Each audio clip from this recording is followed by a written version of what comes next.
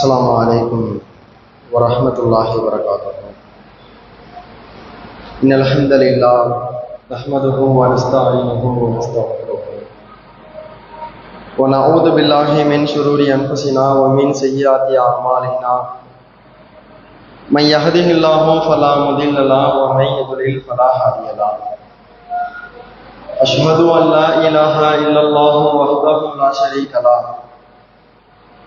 وأشهد أن محمدا عبده ورسوله. أما بعد فقد قال الله تعالى في القرآن العظيم والفرقان المجيد: فأعوذ بالله من الشيطان الرجيم. يا أيها الناس اتقوا ربكم الذي خلقكم من نفس واحدة وخلق منها زوجها وبث منهما رجالا كثيرا ونساء واتقوا الله الذي تساءلون به والأرحام إن الله كان عليكم رقيبا. يا أيها الذين آمنوا اتقوا الله حق تقاته ولا تموتن إلا وأنتم مسلمون. يا أيها الذين آمنوا اتقوا الله وقولوا قولا سديدا يصلح لكم أعمالكم ويغفر لكم ذنوبكم ومن يطع الله ورسوله فقد فاز فوزا عظيما. وقال نبينا صلى الله عليه وسلم: إن أصدق الحديث كتاب الله وأحسن الهدي هدي محمد وشر الأمور محدثاتها وكل محدثة بدعة وكل بدعة ضلالة وكل ضلالة في النار. கண்ணியம் நிறைந்த எல்லாம் அல்ல அல்லாஹுவின் நல்லடியார்களே, அல்லாஹுவின் மாபெரும் கிருபையினால் நம் அனைவர்கள் மீதும் கடமையாக்கப்பட்ட புனிதமிக்க ஜும்ஆ தொழுகையை நபிகள் நாயகம் ஸல்லல்லாஹு அலைஹி வஸல்லம் அன்னவர்கள் காட்டித் தந்த வழிமுறையில் நிறைவேற்ற வேண்டும் என்பதற்காக நாம் அனைவரும் இங்கே பங்கெடுத்து இருக்கிறோம். இந்த அழகான தருணத்தில் அல்லாஹுவின் ஸலவாத்தும் ரஹமத்தும் வற்றாப்பெருங்கருணையும் நபிகள் நாயகம் ஸல்லல்லாஹு அலைஹி வஸல்லம் அன்னவர்கள் மீதும் அவர்களின் சொல் செயல் அங்கீகாரங்கள் ஆகியவற்றை தங்களால் இயன்ற அளவிற்கு பின்பற்றி வாழ்ந்து மறைந்த அனைத்து நல்லடியார்கள் மீதும், குறிப்பாக இந்த சபையிலே அமர்ந்திருக்கக்கூடிய நம் அனைவர்கள் மீதும் நிலவட்டுமாக என்ற பிரார்த்தனையோடும், இந்த ஜும்ஆவினுடைய குத்துபாவிலே மார்க்க தகவல்களாக நாம் எவற்றையெல்லாம் தெரிந்து கொள்கிறோமோ அவை அனைத்தும் நம்முடைய வாழ்க்கையில் மாற்றத்தை ஏற்படுத்தி அந்த மாற்றமே மறுமை வெற்றிக்கு அடித்தளமாக அமைவதற்கு வல்ல இறைவன் நம் அனைவருக்கும் அருள் புரிவானாக என்ற பிரார்த்தனையோடும் சில தகவல்களை உங்களுக்கு மத்தியிலே நான் பகிர்ந்து கொள்கிறேன். கண்ணியம் நிறைந்த எல்லாமல்ல அல்லாஹுவின் நல்லடியார்களே, இந்த உலகம் ஒரு நாள் அழிக்கப்பட்டு நிரந்தரமான சிறந்த வாழ்க்கையான மறுமை என்கின்ற சொர்க்க வாழ்க்கையை நாம் எதிர்பார்த்திருக்கிறோம். அப்படி சொர்க்கத்தை நம்முடைய நிரந்தர வாழ்க்கையாக நம்பிக்கை கொண்டு வாழக்கூடிய நாம் இந்த உலகத்தில் ஒரு சிந்தனையை ஆழமாக உள்ளத்தில் நாம் பதிய வைக்க வேண்டும். அது என்ன சிந்தனை என்றால், இந்த உலகத்தில் இருக்கக்கூடிய எந்த அருட்கொடையாக இருந்தாலும், எந்த நியாமத்தாக இருந்தாலும், அல்லது நாம் என்று நாம் சொல்லிக் கொண்டிருக்கிறோமே, நம்முடைய உடலாக இருந்தாலும், நம்முடைய உயிராக இருந்தாலும், நாம் பயன்படுத்தக்கூடிய ஆடையாக இருந்தாலும், உண்ணக்கூடிய உணவாக இருந்தாலும், எதுவாக இருந்தாலும் இந்த உலகத்தில் இது நானாக சம்பாதித்தது கிடையாது. இந்த உலகத்தில் ஒரு துரும்பு நமக்கு கிடைத்தாலும் அதை இறைவன் தான் எனக்கு வழங்கியிருக்கிறான் என்ற சிந்தனை நம்மிடத்தில் ஆழமாக இருக்க வேண்டும். அதேதான் அல்லாஹ் ரப்புல் ஆலமீன் தன்னுடைய திருமறை குர்ஆனிலே ஒரு கேள்வியாகவே எழுப்புகிறான். ஹல் அத்தா அலல் இன்சானி ஹீனும் மின தஹர், மனிதனுக்கு ஒரு காலம் இருக்கவில்லையா? லம் யகுன் ஷையம் மذ்கூரா, என்னவென்று சொல்ல முடியாத ஒரு பொருளாக அவன் இருந்தானே, அப்படிப்பட்ட ஒரு காலம் இந்த உலகத்தில் வாழக்கூடிய மனிதனுக்கு இருக்கவில்லையா என்று அல்லாஹ் கேட்கிறான். இப்ப இந்த உலகத்தில் நாம் மனிதர்களாக இருக்கிறோம். ஒரு 10 வருடங்களுக்கு முன்பாக நாம் எப்படி இருந்தோம் என்று கேட்டால் நம்மால் சொல்ல முடியும். ஒரு 20 வருடத்திற்கு முன்பாக நாம் எப்படி இருந்தோம் என்று கேட்டால் சொல்ல முடியும். பிறப்பதற்கு முன்பாக தாயினுடைய கருவறையில் நாம் இருந்தோம் என்று சொல்ல முடியும். ஒரு 100 ஆண்டுகளுக்கு முன்பாக நாம் நாம் எப்படி இருந்தோம் என்று கேட்டால் நம்மால் பதில் சொல்ல முடியுமா? ஒரு 1000 வருடங்களுக்கு முன்பாக நாம் எப்படி இருந்தோம் என்று கேட்டால் பதில் சொல்ல முடியுமா? அப்ப எப்படி இருந்தோம் என்று சொல்ல முடியாத ஒரு காலகட்டம் இந்த உலகத்தில் வாழக்கூடிய ஒவ்வொரு மனிதனுக்கும் இருக்கிறது. அப்ப இந்த வசனத்தின் மூலமாக அல்லாஹ் நமக்கு எதை பாடமாக நடத்துகின்றானேயானால், இந்த உலகத்தில் உன்னை பிறக்க செய்தது நான் தான், நீ பிறந்ததற்கு பின்பாக உனக்கு உணவளிப்பவன் நான் தான், நீ பயன்படுத்தக்கூடிய ஒவ்வொரு பொருளையும் உனக்கு வழங்கியவன் நான் தான். ஒரு குறிப்பிட்ட ஆண்டிற்கு பின்பாக நீயும் மரணித்து விடுவாய். மரணித்ததற்கு பின்பாக ஒரு 100 ஆண்டுகளுக்கு பின்பாக எடுத்து பாருங்கள், எந்த விதமான ஒரு அடையாளமும் இல்லாமல் இந்த உலகத்தில் நாம் அழியக்கூடியவர்களாக தான் இருக்கிறோம்.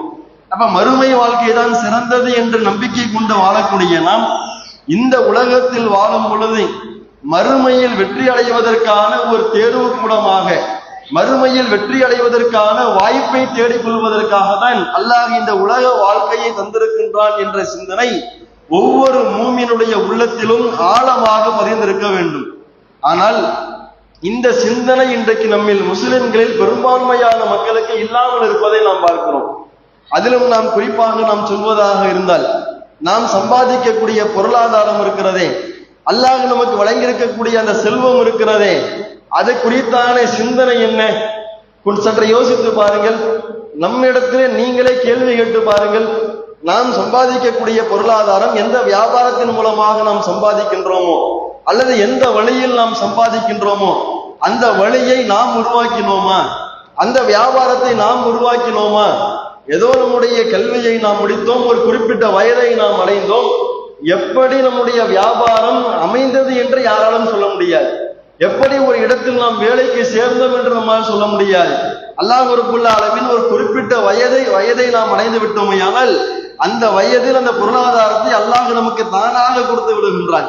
அப்ப இந்த உலகத்தில் வாழக்கூடிய நேரத்தில் நமக்கு எதுவெல்லாம் தேவையாக இருக்கிறதோ அதை அல்லாஹ் ரப்புல் ஆலமீன் அரியாபுரத்திலிருந்து நமக்கு வழங்கி கொண்டிருக்கிறான். அதில் ஒன்றுதான் இந்த செல்வம்.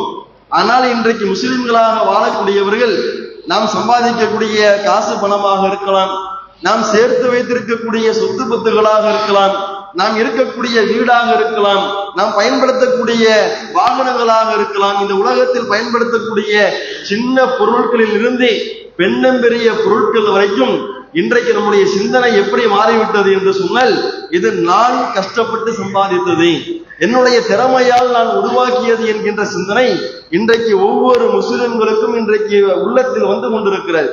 ஆனால் அந்த சிந்தனை ஒருபோதும் நமக்கு வரவே கூடாது.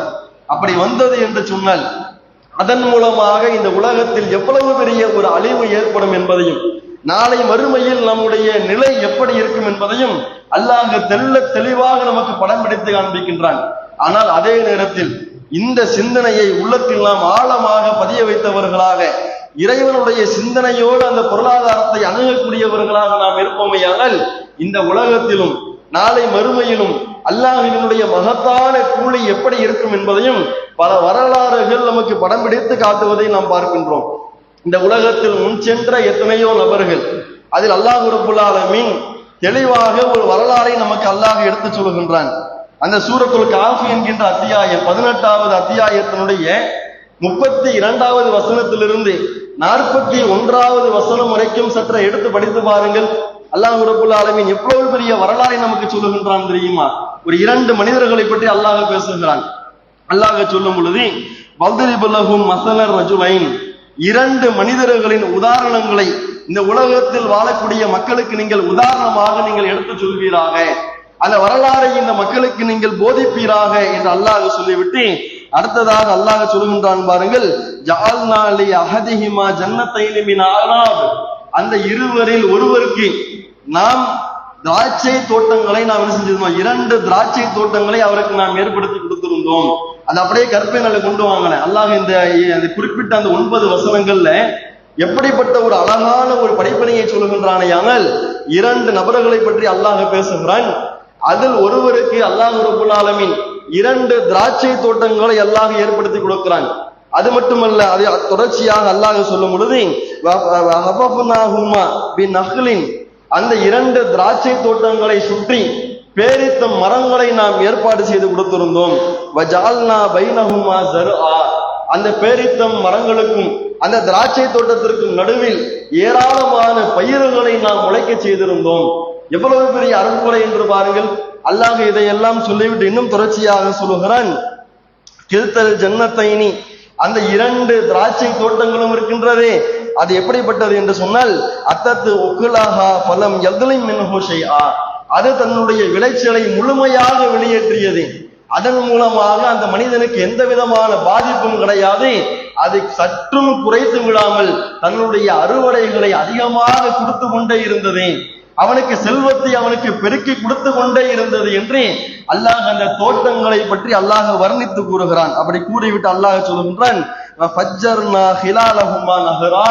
அது மட்டும் இல்லாமல் அந்த தோட்டங்களுக்கு நடுவிலே ஒரு ஆறையும் நாம் ஓட செய்திருந்தோம். அந்த தோட்டத்திலே அவர் விளைச்சலை செய்வதற்காக, அறுவடை செய்வதற்காக, தண்ணீருக்காக அவர் தனியாக செலவு செய்ய தேவையில்லை. நாமே ஆறையும் நாம் ஏற்பாடு செய்து கொடுத்து விட்டோம். எல்லாவற்றையும் அவருக்கு நாம் இலகுபடுத்தி கொடுத்து பொருளாதாரத்தை நாம் அதிகமாக அவருக்கு கணக்கின்றி நாம் வாரி வழங்கினோம் என்று அல்லாஹ் சொல்லுகிறான். அப்படி வழங்கிய அந்த மனிதன், அந்த 2வது மனிதர் இருக்கிறாரே, அவருடைய நண்பர் இருக்கின்றாரே, அவரிடத்திலே இவர் பேசிக் கொண்டிருக்கிறார். எப்படி பேசுகின்றாரே ஆனால் ஒரு விதமான ஆர்வத்தோடு, ஆனா அக்கத்தரும் மின்கம் ஆலம் அல்லாஹ் ரப்பல் ஆலமீன் உன்னை விட எனக்கு அதிகமான பொருளாதாரத்தை கொடுத்திருக்கிறான், எனக்கு அதிகமான மக்கள் செல்வத்தை நான் கொடுத்திருக்கிறான், பொருளாதாரத்தாலும் மக்கள் செல்வத்தாலும் நான் உன்னை விட சிறந்தவனாக இருக்கிறேன் என்று தன்னுடைய நண்பரிடத்திலே அவர் பெருமை அடித்து பேசிக் கொண்டிருக்கிறார். அல்லாஹ் தான் அதை கொடுத்தான் என்கின்ற சிந்தனை இல்லாமல், அல்லாஹ் தான் அந்த பொருளாதாரத்தை எனக்கு வழங்கினான் என்கின்ற அந்த ஆழமான நம்பிக்கை இல்லாமல், தன்னுடைய திறமையால் அது வந்தது என்கின்ற அடிப்படையில நான் நிறைய பொருளாதாரத்தை சம்பாதிச்சுட்டேன், நான் பெரிய செல்வந்தனாக இருக்கிறேன், நான் கண்ணை சேர்த்தால் உயிரை கொடுப்பதற்கு மக்கள் எனக்கு தயாராக இருக்கின்றார்கள், அப்படிப்பட்ட சிறப்பு இந்த உலகத்தில் எனக்கு இருக்கிறது, உனக்கு அது இருக்கிறதா என்று அவர் பெருமையோடு கேட்டார். அதை பற்றி அல்லாஹ் தொடர்ச்சியாக சொல்ற. அப்படி கேட்கக்கூடிய நேரத்துல அல்லாஹ் ரப்பல் ஆலமீன் எப்படிப்பட்ட ஒரு சோதனையை வைக்கின்றானால், எந்த தோட்டத்தை வைத்து, எந்த பொருளாதாரத்தை வைத்து அவர் பெருமை அடித்தாரோ, எந்த பொருளாதாரத்தை கொண்டு அல்லாஹ்வின் சிந்தனையை அவர் மறந்தாரோ, அந்த தோட்டத்திற்குள்ளாக அவர் விளைச்சலை பார்ப்பதற்காக நுழைகிறார். அல்லாஹ் ரப்பல் ஆலமீன் அந்த வசனத்தை எப்படி பதிவு செய்கின்றான் தெரியுமா? வதகல ஜன்னதஹு வஹுவ ஸாலிமுன் லினஃப்ஸிஹி, அவர் தனக்குத்தானே அநீதி கொண்டவராக, அல்லாஹுவை மறந்து விட்டார் அல்லவா, அல்லாஹ் தான் எனக்கு கொடுத்தான் என்கின்ற சிந்தனை இல்லாமல் தன்னுடைய திறமையால் அது வந்தது என்று அவர் எண்ணிக்கொண்டிருந்தார் அல்லவா, அதனால் தனக்குத்தானே அநீதி இழைத்துக் கொண்டவராக அவருடைய தோட்டத்தில் அவர் நுழைந்த பொழுது அல்லாஹ் ரப்பல் ஆலமீன் அந்த முழுமையாக அந்த தோட்டத்தை அழித்து விட்டான். அந்த விளைச்சலை இல்லாமல் அடியோடு அல்லாஹ் அழித்து விட்டான். அந்த அழிவை அவர் கண் முன்னால் பார்த்ததற்கு பின்பாக அவர் சொல்கின்றார், காலமா அல்துன்னு அன் தபீதா ஹாதிஹி அபதா, இந்த செல்வம் ஒருபோதும் அழியாது என்று நான் நினைத்துக் கொண்டிருந்தேனே, இது ஒருபோதும் என்னை கைவிடாது என்று நான் எண்ணிக்கொண்டிருந்தேனே, ஆனால் எந்த செல்வத்தை கொண்டு நான் பெருமை அடித்தேனோ, எந்த விளைச்சலை கொண்டு, எந்த வருமானத்தை கொண்டு அல்லாஹுவை நான் மறந்தேனோ, அந்த செல்வம் இன்றைக்கு என்னை விட்டு மறைந்து விட்டது என்று அவர் கை சேதப்பட்டு அங்கு புலம்பிக் கொண்டிருக்கிறார். அப்பொழுது அல்லாஹ் ரப்பல் ஆலமீன் சொல்லுகிறான், அப்பொழுது அல்லாஹ்வுடைய ஞாபகம் அப்போதான் அவருக்கு வருகிறது. அவர் தொடர்ச்சியாக சொல்கின்றார், ஒமா அல்துன்னு சாஅத்த காயிமா, வறுமை நாள் ஒருபோதும் நிகழாது என்று நான் எண்ணிக்கொண்டிருந்தேனே, வல இன் ருதித்து இலா ரப்பி, நான் என்னுடைய இறைவனின் பக்கம் நான் திரும்பி கொண்டு செல்லப்பட்டாலும் ல அஜிதன்ன ஹைரம் மின்ஹா முன்கலபா, இந்த உலக செல்வத்தை விட ஒரு சிறந்ததை நான் வறுமையில் நான் பெற்றுக்கொள்வேனே என்று சொல்லி அல்லாஹ்வை நினைத்து அங்கு அவர் புலம்பிக் கொண்டிருக்கிறார். அப்ப இதையெல்லாம் கண் முன்னால் பார்த்து கொண்டிருந்த அவருடைய நண்பர் இருக்கிறார் அல்லவா, அந்த நண்பர் அவருக்கு சொல்லக்கூடிய அறிவுரையை பாருங்கள். அல்லாஹ் ரப்பல் ஆலமீன் சொல்கின்றான், கஃபர்த பில்லதி ஹலகக மின் துராப், மண்ணில் இருந்து உன்னை படைத்த அல்லாஹுவை நீ மறுக்கிறாயா? அந்த நண்பர் கேட்கக்கூடிய வார்த்தையை அல்லாஹ் பதிவு செய்கிறான், கஃபர்த பில்லதி ஹலகக மின் துராப், மண்ணில் இருந்து உன்னை படைத்த இறைவனை நீ மறுக்கின்றாயா? சும்மமின் முத்துஃபா, அற்பமான விந்து துளியிலிருந்து அல்லாஹ் உன்னை படைத்தானே, அவனை நீ மறுக்கின்றாயா? சும்ம சவ்வாக ரிஜால், அல்லாஹ் உன்னை மனிதனாக சீராக ஒரு உருவத்தில் அல்லாஹ் உன்னை படைத்திருக்கின்றானே, அந்த இறைவனை நீ மறுக்கின்றாயா? லாக்கின்ன ஹுவல்லாஹு ரப்பி, என்றாலும் அவன்தான் என்னுடைய இறைவன். வலா உஷ்ரிகு பிஹி ஷைஆ, அவனுக்கு நான் எந்த ஒன்றையும் நான் இணைகற்பிக்க மாட்டேன் என்று சொல்லி தன்னுடைய நண்பரிடத்திலே அவர் அல்லாஹ்வுடைய நினைவை ஊட்டிவிட்டு அடுத்ததாக அவர் சொல்கின்றார் பாருங்கள், லவ்லா இன் தகல்த ஜன்னத்தக், எந்த தோட்டம் உனக்கு வருமானத்தை கொடுத்ததோ, எந்த தோட்டம் உனக்கு செல்வத்தை அதிகரிக்க செய்ததோ, அந்த தோட்டத்தில் நீ நுழையும் பொழுது குல்த மாஷா அல்லாஹ், இது அல்லாஹ் நாடியது என்று நீ சொல்லியிருக்க கூடாதா? லா குவத்த இல்லா பில்லா, அல்லாஹ்வை தவிர இந்த உலகத்தில் வேறு யாருக்கும் எந்த திறமையும் கிடையாது என்று நீ சொல்லி இருக்க கூடாதா? அப்படி நீ சொல்லி இருந்தால் அது சிறந்ததாக இருந்திருக்குமே என்று அந்த அடியார் தன்னுடைய நண்பருக்கு அழகான முறையில பிரச்சாரம் செய்கிறார். அப்ப இது இந்த வரலாறின் மூலமாக அல்லாஹ் நமக்கு எதை ஊட்டுகிறான் என்று பாருங்கள். அல்லாஹ் ஒருவருக்கு செல்வத்தை அதிகப்படுத்துகிறான், அவருக்கு அவர் தன்னுடைய அருளை அல்லாஹ் அதிகப்படுத்துகிறான். மற்றொருவருக்கு அல்லாஹ் தன்னுடைய அருளை குறைக்கின்றான். ஆனால் அந்த செல்வம் அதிகமாக வழங்கப்பட்ட நபர் ஷைத்தானுடைய அந்த தூண்டுதலின் காரணமாக இறைவனை மறந்து இந்த செல்வம் இறைவனால் எனக்கு கிடைத்தது என்கின்ற சிந்தனை இல்லாமல் அவர் இறைவனை மறுத்தவராக வாழ்ந்து கொண்டிருந்த நிலையில அல்லாஹ் ரப்பல் ஆலமீன் அவருடைய பொருளாதாரத்தை ஒன்றுமில்லாமல் அளிக்கிறான். அப்பொழுது இறை சிந்தனையை கொண்ட அந்த அடியார் அவருக்கு என்ன அறிவுரை சொல்கின்றாரே, ஆனால் எது உனக்கு வருமானத்தை அதிகப்படுத்துகிறதோ அந்த செல்வத்தை நீ பார்க்கும் பொழுதெல்லாம் இது அல்லாஹ் நாடியது என்று சொல்லியிருக்க கூடாதா? இன்னைக்கு என் வியாபாரத்தின் மூலமா ஒரு 1000 ரூபாய் கிடைத்தது என்று சொன்னால் என்னுடைய திறமையால் நான் சம்பாதித்தேன் என்ற சிந்தனை விடக்கூடாது. இது அல்லாஹ் எனக்கு நாடியது என்று நாம் சிந்தனை கொள்ள வேண்டும். நாம் கோடிக்கணக்கில் நாம் சம்பாதித்தாலும் என்னுடைய திறமையால் வந்தது என்று நினைத்து விடக்கூடாது. அல்லாஹ்வை தவிர வேறு யாருக்கும் இந்த உலகத்தில் ஆற்றல் கிடையாது. என்னுடைய ஆற்றலால் இந்த பொருளாதாரத்தை நான் சம்பாதிக்கவில்லை, அல்லாஹ் தான் எனக்கு கொடுத்திருக்கிறான் என்ற சிந்தனை ஒவ்வொரு மூமினிடத்திலும் இருக்க வேண்டும் என்பதை தான் அல்லாஹ் இந்த வரலாற்றின் மூலமாக நமக்கு தெளிவாக எடுத்துரைக்கிறான். அது மட்டும் இல்லாமல் இந்த உலகத்தில் அல்லாஹ் ரப்பல் ஆலமீன் பொருளாதாரத்தை நமக்கு தேவைக்கு அதிகமாக நமக்கு வழங்குகின்றானேயானால் அந்த நேரத்தில் நாம் சில அறிவுரைகளை உள்ளத்தில் ஆழமாக பதிய வைக்க வேண்டும். அப்படி ஆழமாக பதிய வைக்கவில்லை என்றால் அது இந்த உலகத்திலும் மறுமையிலும் மிகப்பெரிய ஒரு அழிவை கொண்டு வரும் என்பதற்கு காரூன் என்கின்ற ஒரு மனிதனுடைய வரலாறு நமக்கு அவ்வளவு பெரிய சான்றாக இருக்கிறது. நம்ம எல்லாருக்கும் தெரியும் காரூன்னா யாரு. அல்லாஹ் குர்ஆனிலே சொல்கிறான், இன்ன காரூன மின் கௌமி மூசா, காரூன் என்பவன் மூசா நபியினுடைய சமுதாயத்தில் ஒருவனாக இருந்தான்.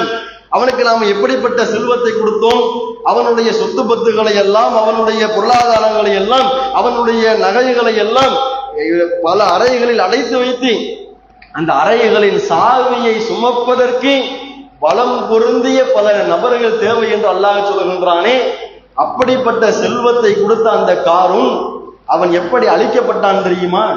அல்லாஹ் ரப்பல் ஆலமீன் சொல்கின்றான், அவனை அவனுடைய வீட்டோடு, எந்த வீட்டிலே அவன் பொருளாதாரத்தை சேர்த்து வைத்திருந்தானோ, அந்த சாதிகள் கொண்ட அறைகள் எந்த வீட்டிலே இருந்ததோ அந்த வீட்டோடு அவனை இந்த பூமியில் நாம் புதைய செய்தோம். அவனை கொண்டு இந்த உலக மக்களுக்கு மிகப்பெரிய ஒரு படிப்பனையை நாம் வழங்கினோம் என்று அல்லாஹ் சொல்லுகின்றானே, அவன் ஏன் அழிக்கப்பட்டான் தெரியுமா? அந்த சமுதாய மக்கள் இந்த மார்க்கத்தை அறிந்ததனுடைய விளைவாக இந்த செல்வத்தை அல்லாஹ் நமக்கு வழங்கியிருக்கின்றானேயானால் அந்த செல்வத்தை நாம் எப்படி அணுக வேண்டும் என்கின்ற சிந்தனை சரியாக இருந்த அந்த மக்கள் முத்தான 3 அறிவுரைகளை அந்த காரூனுக்கு வழங்கினார்கள். ஆனால் அந்த காரூன் அந்த அறிவுரைகளை எல்லாம் செவிசாய்க்காமல், அந்த அறிவுரைகளை எல்லாம் ஏற்று பின்பற்றாமல் அவன் பெருமை அடித்தவனாக, அகந்தை கொண்டவனாக தெரிந்தான். எப்படி? இந்த பொருளாதாரங்கள் செல்வங்கள் எல்லாம் என்னுடைய திறமையால் எனக்கு வந்தது என்று அவன் யோசித்துக் கொண்டிருந்தான். ஆனால் அவனுக்கு வழங்கப்பட்ட அந்த முத்தான அறிவுரைகள் என்ன தெரியுமா? அழகான அறிவுரைகள் என்ன தெரியுமா? அந்த சமுதாய மக்கள் காரூனை பார்த்து சொன்னார்கள், வபதகி ஃபீமா ஆத்தாகல்லாஹு தாரல் ஆகிரா, காரூனே, அல்லாஹ் இந்த உலகத்தில் உனக்கு செல்வத்தை பொருளாதாரத்தை கொடுத்திருக்கின்றான, அதை கொண்டு நீ மறுமை வாழ்க்கையை தேடு. இந்த உலகத்தில் நீ உண்ண வேண்டும், உலகத்தினுடைய தேவையை பூர்த்தி செய்ய வேண்டும், மாற்று கருத்து அல்ல. ஆனால் அதில் ஒரு பகுதியை கொண்டு மறுமை வாழ்க்கையை தேடு என்று சொன்னார்கள். ஆனா இன்னைக்கு யோசிச்சு பாருங்க, அல்லாஹ் இன்றைக்கு மறுமை நாள் நெருக்கத்தில் வாழக்கூடிய நமக்கு தேவைக்கு அதிகமாக தான் கொடுத்திருக்கிறான். ஆனால் இன்றைக்கு நம்முடைய வருமானத்தில் மறுமை வாழ்க்கைக்காக எவ்வளவு நம்ம ஒதுக்கி வைக்கிறோம்? மாதத்திற்கு ஒரு 20,000 ரூபாய் 30,000 ரூபாய் நமக்கு வருமானம் வருகின்றதையானால் வீட்டு வாடகைக்கு ஒதுக்குகிறோம், பிள்ளையின் கல்விக்கு ஒதுக்குகிறோம், மருத்துவத்திற்கு ஒதுக்குகிறோம், வருங்கால தேவைக்கு ஒதுக்குகிறோம். ஆனால் நம்முடைய வருமானத்தில் ஒரு சிறிய பகுதியை இது என்னுடைய மறுமை வாழ்க்கைக்காக, அல்லாஹ்வுடைய பாதையில் நான் செலவிடுவதற்காக என்று ஒரு குறிப்பிட்ட தொகையை என்றைக்காவது நாம் ஒதுக்கி அதை அல்லாஹ்வுடைய பாதையில் நாம் செலவிட்டு மறுமையின் வீட்டை நாம் தேடி இருக்கிறோமா? காரூனுக்கு வழங்கப்பட்ட முதல் அறிவுரை அதுதான். அல்லாஹ் உனக்கு எதை கொடுத்திருக்கின்றானோ அதை கொண்டு தாருல் ஆகிராவை நீ தேடு, மறுமை வீட்டை நீ தேடு. அதை கொண்டு உலகத்தில் நீ பெருமை அடிக்காதே. ஆனால் எந்த அறிவுரை காரூனுக்கு வழங்கப்பட்டதோ அந்த அறிவுரை இன்றைக்கு நம்மிடத்தில் ஒப்பிட்டு பார்த்தோமையானால் காரூன் மறுத்ததை போன்று நாமும் இன்றைக்கு பெரும்பான்மையான மக்கள் மறுத்துதான் கொண்டிருக்கிறோம். அதே போன்று அல்லாஹ் ரப்புல் ஆலமீன் இரண்டாவதாக சொல்லுகிறான், அந்த சமுதாய மக்கள் காரூனுக்கு ஒரு அறிவுரை சொன்னார்கள். என்ன அறிவுரை? வலா தன்ஸ நஸீபக மின துன்யா. அல்லாஹ் ரப்புல் ஆலமீன் அளவுக்கு அதிகமாக உனக்கு பொருளாதாரத்தை கொடுக்கின்றானேயானால் அது உனக்கானது மட்டுமல்ல, உனக்கு அந்த பொருளாதாரத்தை அதிகமாக கொடுத்து உனக்கென்று அல்லாஹ் சில கடமைகளை வைக்கிறான். அந்த கடமைகளை நீ மறந்து விடாதே. அல்லாஹ் உனக்கு அளவுக்கு அதிகமாக கொடுக்கிறானா, உன் சொந்த பந்தங்கள ஏழைகள் இருப்பார்கள், உன்னை சுற்றி வாழக்கூடிய எத்தனையோ நோயாளிகள் இருப்பார்கள், உன்னை சுற்றி வாழக்கூடிய எத்தனையோ மக்கள் தன்னுடைய குடும்பத்தில் வருமானத்தை ஈட்டுவதற்கு நபர்கள் இல்லாமல் தவித்துக் கொண்டிருப்பார்கள். அல்லாஹ்வுடைய மார்க்கத்தை எடுத்துச் சொல்லக்கூடிய பணிகள் ஒரு பக்கம் நடந்து கொண்டிருக்கும். இவைகளுக்கெல்லாம் நீ செலவு செய்கின்றாயா என்பதை சோதிப்பதற்காக அவற்றையெல்லாம் உன் மீது கடமையாக்கிதான் அல்லாஹ் உனக்கு அளவுக்கு அதிகமா பொருளாதாரத்தை கொடுக்கிறான். வலா தன்ஸ நஸீபக மின துன்யா. இந்த உலகத்தில் அல்லாஹ் உனக்கென்று சில கடமைகளை கொடுத்திருப்பான், அந்த கடமைகளை நீ மறந்து விடாதே. அதே போன்று பாருங்கள், இன்றைக்கு யோசிச்சு பாருங்க, இதை நாம் எத்தனை நபர்கள் அல்லாஹ் எனக்கு அளவுக்கு அதிகமா கொடுக்கிறானா, எத்தனை நபர்கள் ஏழை மக்களை நாம் தேடி செல்கிறோம், எத்தனை நபர்கள் அல்லாஹ்வுடைய மார்க்கத்தை எடுத்து சொல்வதற்காக அதற்கு பொருளாதாரம் தேவைப்படுமை என்று தேடி வந்து நாம் கொடுக்கிறோம். ஏதோ கேட்டுட்டாங்க அப்படிங்கிறதுக்காக ஒரு சின்ன தொகையை நாம கிள்ளி எறிகிறோம், அவ்வளவுதான். ஆனால் நாம முன்வந்து நம்முடைய கடமைகளை மறக்காமல் அதை நிறைவேற்றுகிறோமா என்று கேட்டால் பெரும்பான்மையான முஸ்லிம்கள் அந்த பழக்கத்திற்கு ஆளாகாமல் நாம் இருந்துகிட்டு இருக்கிறோம். அதே போன்று மூன்றாவது அறிவுரையை பாருங்கள், அஹ்சின் கமா அஹ்ஸனல்லாஹு இலைக். அல்லாஹ் எப்படி உனக்கு அழகிய முறையில கொடுத்திருக்கிறான், அல்லாஹ் எப்படி உனக்கு கண்ணியமான முறையில அளவுக்கு அதிகமா கொடுத்திருக்கிறான், அதே போன்று நீயும் பிற மக்களுக்கு வழங்கும் பொழுது, அவனுடைய கடமைக்காக நீ வழங்கும் பொழுது அழகான முறையில் கொடு என்று அல்லாஹ் அந்த அறிவுரையில் அல்லாஹ் ரப்புல் ஆலமீன் பதிய வைக்கிறான். அல்லாஹ் நமக்கு எப்படி கொடுக்க வேண்டும் என்று நாம் ஆசைப்படுகிறோமோ அதே போன்று நம்மிடமிருந்தும் பொருளாதாரம் வெளியாக வேண்டும். ஆனா இன்னைக்கு என்ன தெரியுமா, அல்லாஹ் எனக்கு கொடுக்கும் பொழுது கோடிக்கணக்கில் கொடுக்கணும், கூரையை பிச்சுக்கிட்டு கொடுக்கணும்னு ஆசைப்படுறோம். ஆனா நாம பிற மக்களுக்கு கொடுக்கும் போது 100 500 இருக்கிறதுல சின்ன தொகையா என்ன இருக்குதோ அதை தான் நம்ம எடுத்து கொடுக்கிறோம். அல்லாஹ் எனக்கு எப்படி கொடுக்க வேண்டும் என்று நாம் ஆசைப்படுகிறோமோ அதே போன்று நாம் இன்றைக்கு வாரி வழங்குகிறோமா, அள்ளி கொடுக்கிறோமா? இல்லவே இல்லையே. ஆனால் காரூனுக்கு வழங்கப்பட்ட அறிவுரை அதுதான்.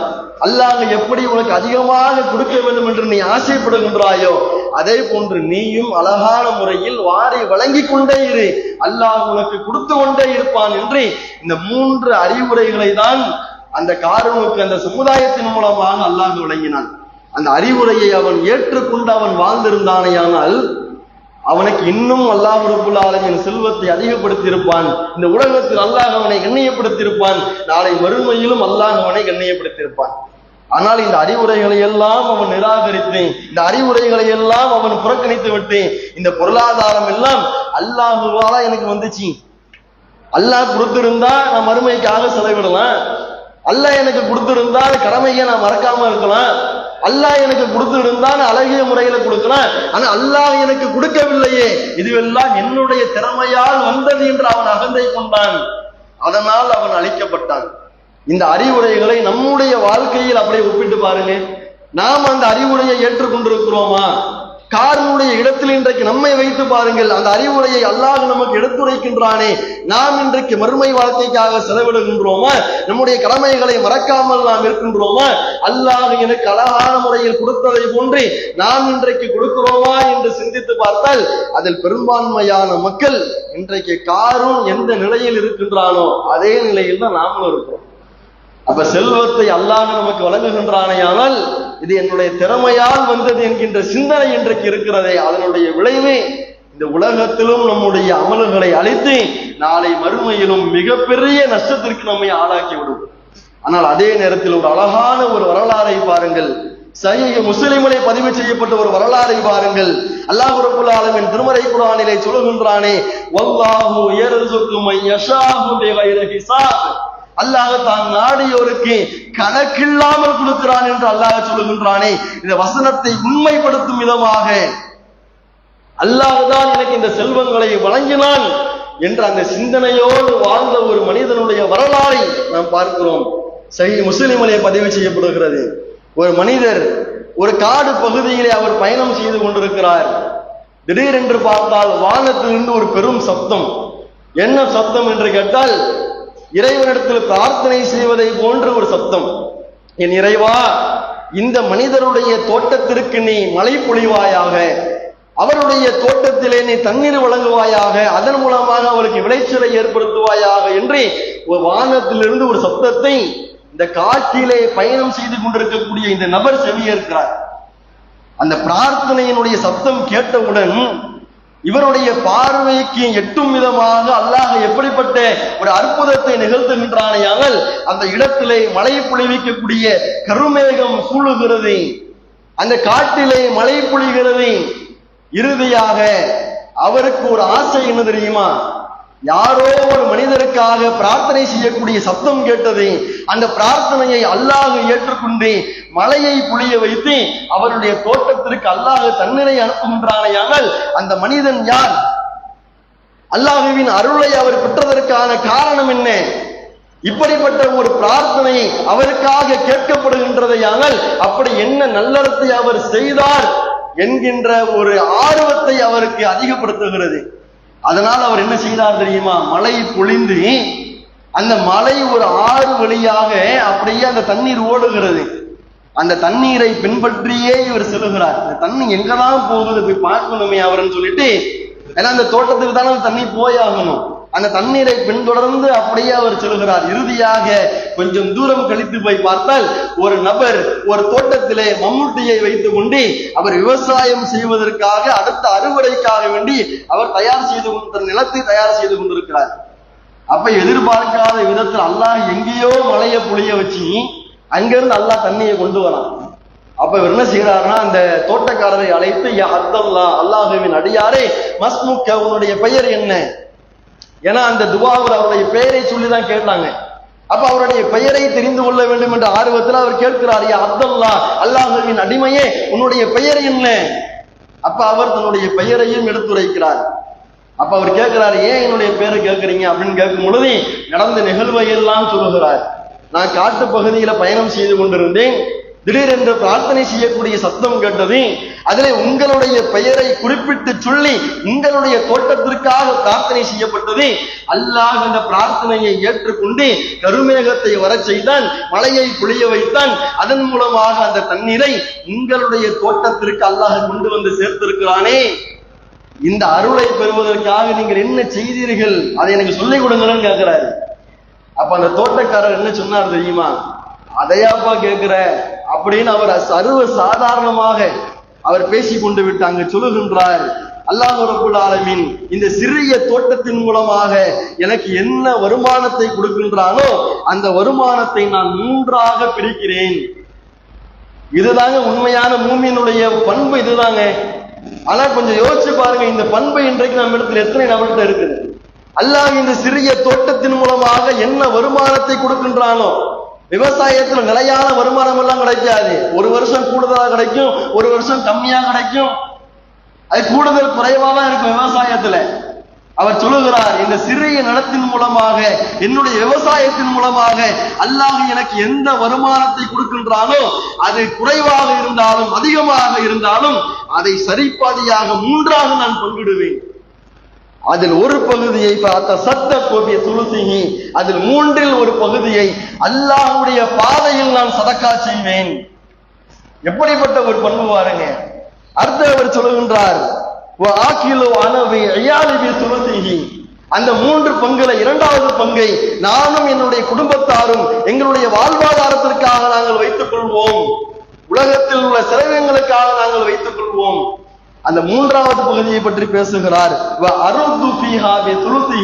அந்த மூன்றாவது பகுதியை நான் மீண்டும் விவசாயம் செய்வதற்காக முதலீட்டாக நான் அதை பயன்படுத்துவேன்.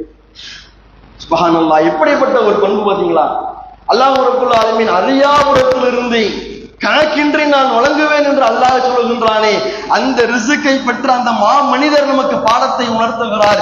அல்லாஹ் எனக்கு எந்த வருமானத்தை கொடுத்த பதிலும் அதை மூன்றாக பிரித்து ஒரு பகுதியை அல்லாஹ்வுடைய பாதையில் சதக்கா செய்வோம், இன்னொரு பகுதியை என்னுடைய உலக வாழ்விற்காக நாங்கள் பயன்படுத்துவோம், மூன்றாவது பகுதியை மீண்டும் நான் விவசாயம் செய்வதற்காக முதலீட்டாக நாங்கள் செலுத்துவோம். இதைதான் நாங்கள் செய்து கொண்டிருக்கிறோம். இதற்காக தான் அல்லாஹ் இந்த மாபெரும் அருளை எனக்கு வழங்கியிருக்கிறான் என்று அந்த காரணத்தை அவர் வெளிப்படுத்துகின்றாரே. இன்றைக்கு நம்முடைய வருமானத்துல எத்தனை பேரு மூன்றுல ஒரு பகுதி கூட வேணாங்க, ஒரு ஆயிரங்களில் நாம் செலவு செய்கிறோமா? கொஞ்சம் யோசிச்சு பாருங்க. அல்லாஹ் ஆயிரங்களில் லட்சங்களில் நமக்கு வருமானத்தை கொடுக்கிறான். சில ஆயிரங்களை நம்முடைய மறுமை வாழ்க்கைக்காக நாம் கொடுக்கிறோமா? அல்லாஹ்வுடைய அருளை பெறுவதற்காக நாம் வழங்குகிறோமா? சிந்திச்சு பாருங்க. அப்ப அந்த பண்பை இன்றைக்கு நம்மிடத்தில் வரவில்லை என்று சொன்னால் அதனுடைய பின்னணியில எது ஒளிஞ்சிருக்கு தெரியுமா? நான் கஷ்டப்பட்டு சம்பாதிச்சது, நான் கஷ்டப்பட்டு உருவாக்குனது, ஏன் திறமையால வந்தது, நான் ஏன் கொடுக்கணுங்கிற அந்த சிந்தனையை தான் ஷைத்தான் அங்கு மறைமுகமாக நம்மை நடைமுறைப்படுத்த செய்கிறான். அப்ப இந்த உலகத்தில் எதுவும் நிரந்தரம் கிடையாது. பார்க்கிறோம், 2024ஆம் ஆண்டு இறுதியினுடைய அந்த நேரத்திலே புத்தாண்டை வரவேற்பதற்காக ஒரு நகரம் தயாராகி கொண்டிருந்தது. அல்லாஹ் ரப்பல் ஆலமீன் காட்டு தீயை மூட்டினான். இன்றை பார்க்கிறோம் 10-15 நாட்கள்ல பல்லாயிரம் கணக்கான ஏக்கர் கலிபோர்னியா பார்க்கிறோமா இல்லையா? எத்தனை நபர்கள் கோடி கோடியாக சேர்த்து வைத்துக் கொண்டு இந்த உலகத்தில் அது நிலையாக எங்களை வாழச் செய்யும் என்கின்ற சிந்தனையோடு வாழ்ந்து கொண்டிருந்தார்கள். அல்லாஹ் 10 நாட்களில் அழித்து விட்டான். பிரம்மாண்டமான மாளிகையில் தங்கிக் கொண்டிருந்தார்கள், நடு வீதிகளிலே அல்லாஹ் தங்க வைத்து விட்டான். ஒரு பக்கம் காட்டுத்தீ பரவி பாதிப்புனா நேற்றிலிருந்து அங்க பனி புயல் வீசுகிறது, அதே பகுதியில பனி புயல் வீசுகிறது. இதே போன்று நம்முடைய தேவக்கோட்டையில யோசிச்சு பாருங்க. அல்லாஹ் நாடினால் ஒரு மழையின் மூலமாக, ஒரு புயலின் மூலமாக, ஒரு சூறாவளியின் மூலமாக அல்லது ஏதோ ஒரு இயற்கை பேரிடர் மூலமாக நம்முடைய செல்வத்தை அழிப்பதற்கு எவ்வளவு நேரம் ஆகும்?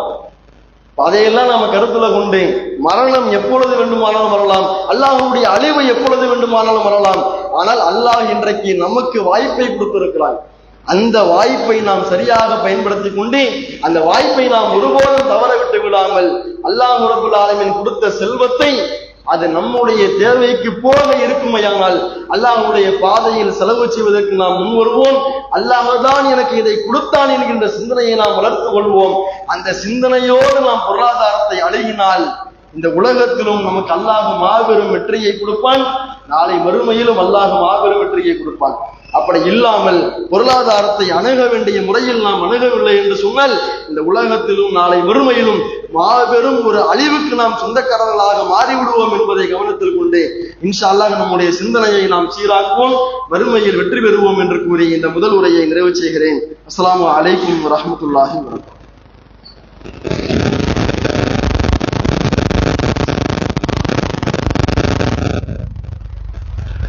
அல்ஹம்துலில்லாஹி ரப்பில் ஆலமீன்.